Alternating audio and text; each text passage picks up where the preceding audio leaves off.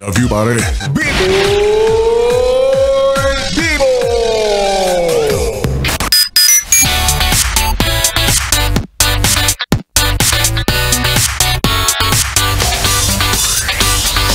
Yes, friend! Kasama mo na ang BB mo sa radyo, DJ Biboy Bibo!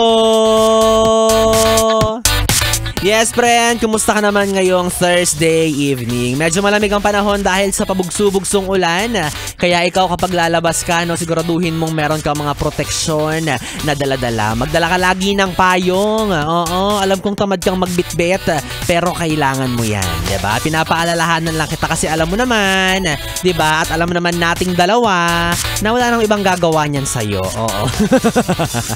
Oo, naman yan. Walang iba nagre-remind. Sige, ako na lang, ha? Nak, ako to, nako, papa mo to, nak.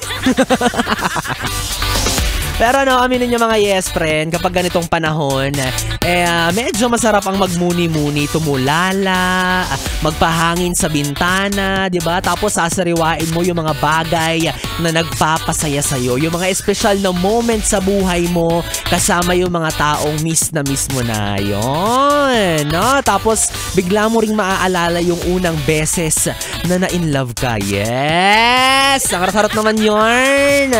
Ikaw ba yes friend? Kumusta ka noong mga pagkakataong unang beses tumibok ang puso mo para sa isang tao? Siya pa rin ba yung kapiling mo hanggang sa mga oras na ito? Or hindi naman kaya wala na rin siya sa buhay mo? Alam mo, okay lang yan. Pero ito yung tinatawag nating diba? First love. Yun!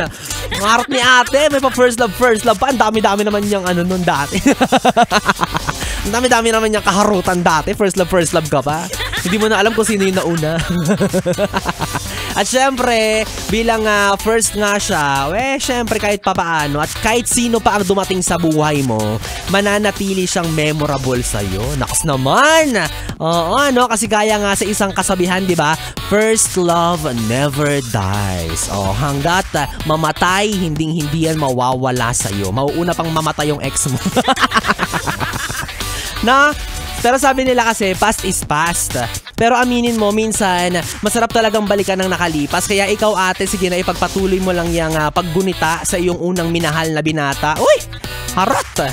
At ikaw kuya, alam ko naman ang first love mo nung araw ay yung mga babae sa magazine na nakatago sa cabinet mo.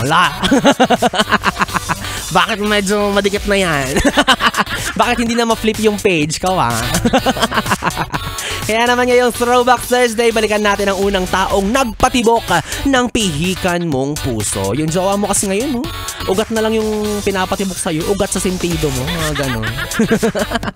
Wala naman yes friend, kapiling mo na ako, DJ Biboy Bibo hanggang mamayang alas 12 para sa ating BB Time. Dito pa rin at dito ka lang sa istasyong No Problem, ang 101.1 Yes FM.